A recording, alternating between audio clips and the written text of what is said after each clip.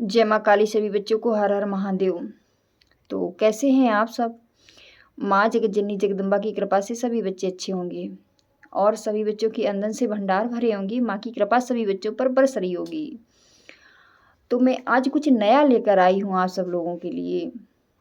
अब से मैं ये बताऊंगी कि मेरे ऊपर माँ की कृपा कैसी हुई और मैं माँ की इतना करीब कैसे गई और कैसे माँ ने मुझे दर्शन दिए और कैसे माँ ने मुझे बताना शुरू किया। मैंने कैसे लोगों के बारे में जानना शुरू किया। मैं शुरू से लेकर आखिरी तक की वीडियो बनाऊंगी। अगर आप लोगों को पसंद आई तो कमेंट में ज़रूर बताना कि ये मेरी जानकारी कैसी है, अच्छी लगी आप लोगों को या नहीं, तभी मैं वीडियो बनाऊंगी आगे, नहीं तो नहीं बनाऊंगी। तो सबसे पहले कि शुरुआत के दिनों में मैं पूजा पाठ ज़्यादा नहीं करती थी,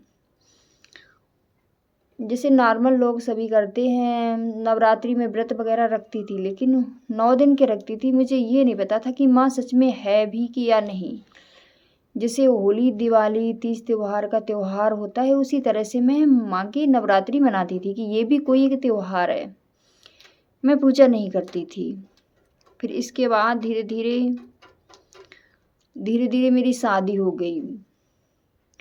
शादी होने के बाद ससुराल के काम काजों में फंस जाना, फिर मतलब ये तो सभी समझते होंगे। फिर कहाँ मेरी पूजा पाठ भी जो मैं डेली करती थी, सुबह माँ के सामने भले ही मैं हाथ ही जोड़ती थी लेकिन डेली करती थी, वो मेरी पूजा शादी के बाद बिल्कुल ही बंद हो गई। मैं अपनी ज़िंदगी में अलग दुनिया में खो गई। फिर इसके बाद मेरी ज़िंदगी में ऐसा तूफान आया कि चीज़ें एकदम से सब बिखरने लगी चीज़ें, सब कुछ ख़त्म सा हो रहा था।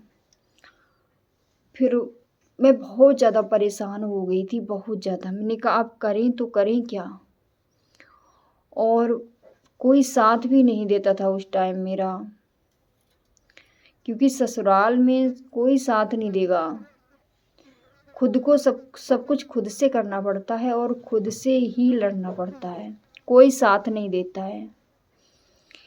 फिर इसके बाद कि मुझे ऐसा लगा कुछ ना कुछ तो करना चाहिए, और नहीं तो फिर ऐसे कैसे ज़िंदगी कटेगी। मेरी नौबत आ गई थी आत्महत्या तक, और मैंने कोशिश भी की। 2 बार मैंने अपनी आत्महत्या करने की कोशिश भी की थी। इसके बाद एक ऐसे ही ऐसे ही सिस्टम चलता रहा। मेरी शादी की लगभग 7 सालें गुजर चुकी थी। मेरे 2 बच्चे भी हो गए थे। एक बेटी का नाम आराध्या और एक मेरा बेटा है, उसका नाम अंश है। तो इसी तरह से मैंने कहा कुछ तो भाई करना पड़ेगा। तो क्या करें क्या ना करें, कोई समझ में नहीं आ रहा था, कोई मुझे रास्ता भी नहीं दिखा रहा था। फिर मैंने कहा मैं पहले पढ़ाई करती थी, क्यों ना वो मैं पढ़ाई ही चालू कर दूं दोबारा से। मेरी बीएससी पहले से थी, तो मैंने कहा अब मैं एलएलबी कर लेती हूँ। फिर मैंने एलएलबी में फॉर्म डाल दिया, मैं एलएलबी करने लगी। इसके बाद और भी ज़्यादा दिक्कतें बढ़ गई मेरे साथ, और भी ज़्यादा संकट रहने लगे। मेरा जीना दुश्वार था, ऐसे समझ लो।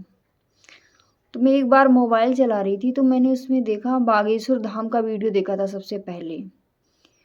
तो मुझे उनका वीडियो देखकर इतना अच्छा लगा, इतना बहुत ही ज़्यादा, कि मुझे ऐसा लगा, उस दिन मुझे बिलीव हो गया था कि सच में भगवान कहीं ना कहीं तो ज़रूर हैं। तो मैंने कहा कि तो क्यों ना हम भी, अगर भगवान हैं, सुनते हैं, तो क्यों ना मैं भी भगवान को सुनाना शुरू कर दूं। शायद कोई नहीं सुनता है, जहाँ सब सारे रास्ते बंद हो जाते हैं, तो शायद भगवान ही मेरी पुकार सुनेंगे। तो मैं ना ऐसा मेरे दिमाग में आया कि चलो हनुमान जी का ही कुछ करते हैं, क्योंकि बागेश्वर धाम का फिर मैं सुबह शाम वीडियो देखने लगी, और मुझे उनके वीडियो इतने पसंद आने लगे, मैं बता नहीं सकती।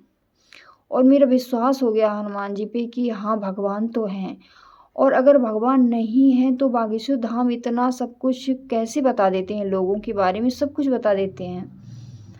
तो मेरा वहीं से विश्वास भगवान के ऊपर बढ़ गया कि भगवान तो हैं।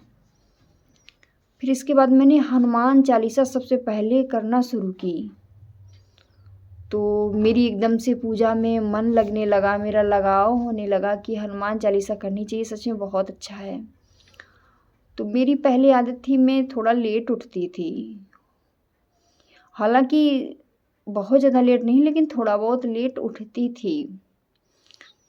तो मैं शाम को बोल कर के सोई हनुमान जी से कि बाबा मुझे आज जल्दी जगा देना, क्योंकि मुझे आपकी पूजा पाठ बहुत जल्दी करनी है। मुझे 4 बजे लगभग जगा देना, बहुत जल्दी मुझे आपकी पूजा पाठ करनी है। तो मेरी अचानक से 4 बजे ही नींद झटके से अचानक से खुल गई और मैं एकदम से उठ गई। तो मुझे ऐसा लगा कि मैंने कल बोला ऐसा कि बाबा मुझे ऐसे-ऐसे उठा देना, और बाबा ने देखो झटके से उठा भी दिया, और मतलब इसका मतलब है भगवान सुनते भी हैं। कहीं न कहीं तो भगवान है, भगवान सुनते भी हैं। मेरा बहुत विश्वास बाबा के ऊपर हो गया। अब मैं दिन-रात शुरुआत के दिनों में मैं गाना गाया करती थी, सीताराम हनुमान सीताराम हनुमान। तो मैं पूरा दिन सीताराम हनुमान की रट लगाए रहती थी, वही गाना सुनती रहती थी। कहीं जाना हुआ या अकेले बैठे हुए, जो भी, तो मैं यही गाना गाती रहती थी। तो इससे क्या हुआ, एक बार मेरा बेटा है अंश, तो उसे आँखों से दिखना कम हो गया। वो बिल्कुल ऐसे आँखें बंद करे रहता था, उसे कुछ नहीं दिखता था। तो मैंने सोचा कि क्यों ना मैं बाबा से बोल के देखूँ, शायद इससे कुछ आराम मिल जाए, शायद सही हो जाए, मैंने ऐसा बोला बाबा से।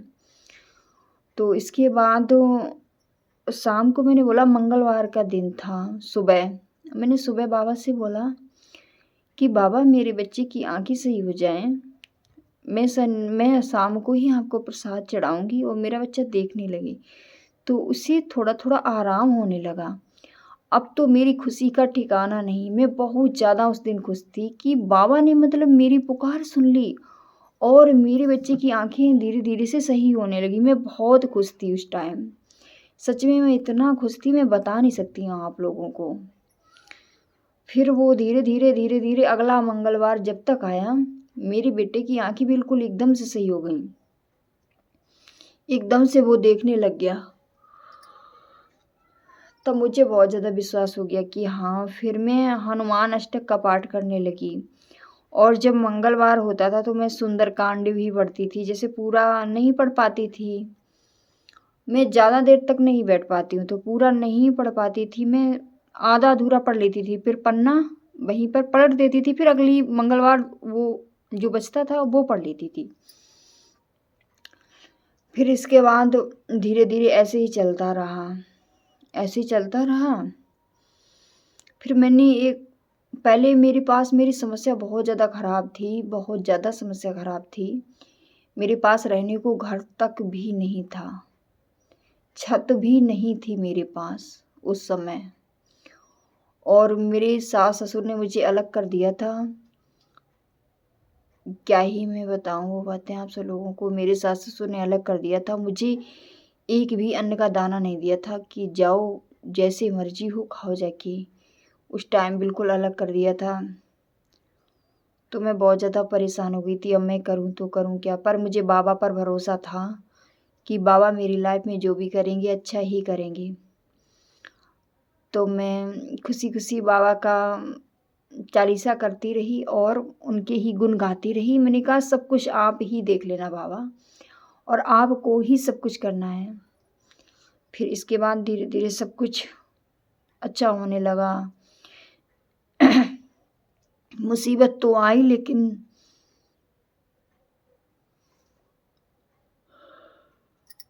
धीरे-धीरे मुसीबतें टलती गईं।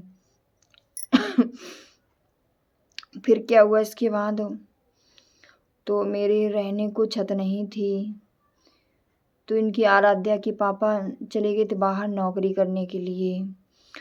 अब ये बताओ, प्राइवेट नौकरी में घर का पूरा खर्चा भी चलाना, 2 बच्चे और हम भी, और मतलब सब कुछ मोल का ही लेना था, और नौकरी में कितना बचेगा, फिर भी हम लोगों ने एडजस्ट किया, उसमें ही एडजस्ट किया। हम लोगों ने मतलब अपने बजट के हिसाब से थोड़े पैसे जमा किए। तो पैसे जमा करने के बाद मैंने मकान का नंबर लगवा दिया अपना।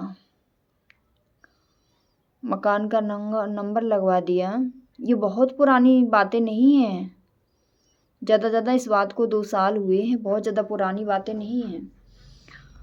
तो मैंने नंबर लगवा दिया मकान में। तो मैं बहुत ज़्यादा फिर उस टाइम चिंतित में थी कि जितना मैंने मकान बनवाने में नंबर लगवाया है, मेरे पास उतना बजट तो है नहीं। मैं कहाँ से करूँगी, क्या करूँगी और कैसे करूँगी, मुझे समझ नहीं आ रहा। तो उस टाइम मुझे देखो सर्दी सी लगने लगी, रोंगटे खड़े होने लगे पुरानी बातें बताते बताते। तो बाबा एकदम मुझे पता, वो मतलब मेरी ज़िंदगी की बहुत अच्छा दिन था और पहला ही दिन था। ऑरेंज कलर के कपड़े पहने थे। मेरे बाहर, घर के बाहर एक नीम का पेड़ है, उसके नीचे खड़े थे। ऑरेंज रंग के कपड़े पहने थे, बहुत लंबी हाइट, एकदम से ऊंचे से, और नीचे से ऊपर की ओर आए और बहुत दूरी पे खड़े थे। हमसे बोला कि बेटा तुम बहुत ज़्यादा परेशान हो क्या? तो मेरी आंखों में आंसू भर आए थे उस टाइम। मैंने कहा हाँ बाबा, मैं परेशान तो हूँ। मैंने अपनी जो मकान का काम लगवाया है बाबा, मेरे पास पैसे नहीं है, मैं कहाँ से क्या करूँगी, मुझे कुछ समझ में नहीं आ रहा है, मैं कैसे क्या करूँगी। तुम चिंता मत करो। मेरे बाबा ने मुझसे बोला कि तुम चिंता ना करो, तुम्हारा मकान बनेगा। और तुम 2 महीने का समय दिया। मेरे बाबा ने मुझे 2 महीने का समय दिया। बोला कि इतनी तारीख को चैत की नवरात्रि ही थी, 2 साल पहले चैत की नवरात्रि ही थी। नवमी वाले दिन नवरात्रि में ही मेरे बाबा ने मुझे दर्शन दिया था। और बाबा ने बोला था कि तुम नवमी वाले दिन हनुमान जी का हवन करवाओगी अपने घर में, और नवमी वाले दिन ही तुम्हारा सब काम कंप्लीट हो जाएगा, फुर्सत हो जाओगी एकदम से। मैं जब सुबह जागी तो मुझे एक भरोसा हो गया कि कोई नहीं है, कोई बात नहीं। पर मुझे भरोसा था कि मेरे बाबा सब कुछ करेंगे। उन्होंने इतना सहारा दिया है, सपने में सब कुछ बोला कि बेटा तुम चिंता मत करना, अब जो भी करूँगा मैं करूँगा। तो मुझे उन पे भरोसा हो गया, मैंने चिंता करना छोड़ दिया। तो इसके बाद मैंने अपने घर वालों को बताया कि ऐसे-ऐसे, तो किसी ने भरोसा नहीं किया, मेरे घर वालों ने किसी ने भरोसा नहीं किया कि क्या ऐसा भी होता है। तो मैंने कहा कोई बात नहीं, कोई भरोसा करे या ना करे, पर मुझे इस बात पे पूरा भरोसा है कि मेरे बाबा मेरे साथ हैं। अब मेरे बाबा ही सब कुछ करेंगे, फिर मुझे चिंता नहीं थी। धीरे धीरे समय नज़दीक आता गया। कहाँ से पैसे का इंतज़ाम हुआ, क्या हुआ, मुझे नहीं पता। सारे पैसे, जहाँ रास्ते बंद थे सारे रास्ते मेरे खुल गए। और जो 2 महीने बाद की बाबा ने तारीख बताई थी, मेरा लेंटर भी पड़ गया मकान का। लेंटर पड़ने के बाद मैंने हनुमान जी का हवन करवाया, और नवमी वाले दिन ही मैं जो जहाँ बैठी हूँ इस घर में मैं आ गई। पहले का घर मेरा बिल्कुल एकदम कच्चा था, जहाँ छत भी ना थी ढंग से, पानी बरसता था तो बैठना पड़ता था। तो फिर मैं यहाँ रहने लगी। फिर मैं सुबह शाम बाबा के बिना मुझे कुछ भी अच्छा नहीं लगता था। तो फिर एक बार मैं ऐसे ही जा रही थी, कहीं गई हुई थी मैं। तो आगे की जानकारी मैं अगले वीडियो में दूंगी, ठीक है। अगर मेरी ये जानकारी आप लोगों को पसंद आई, मेरी कहानी अच्छी लगी, तो कमेंट में ज़रूर बताना। जय माँ काली, हर हर महादेव।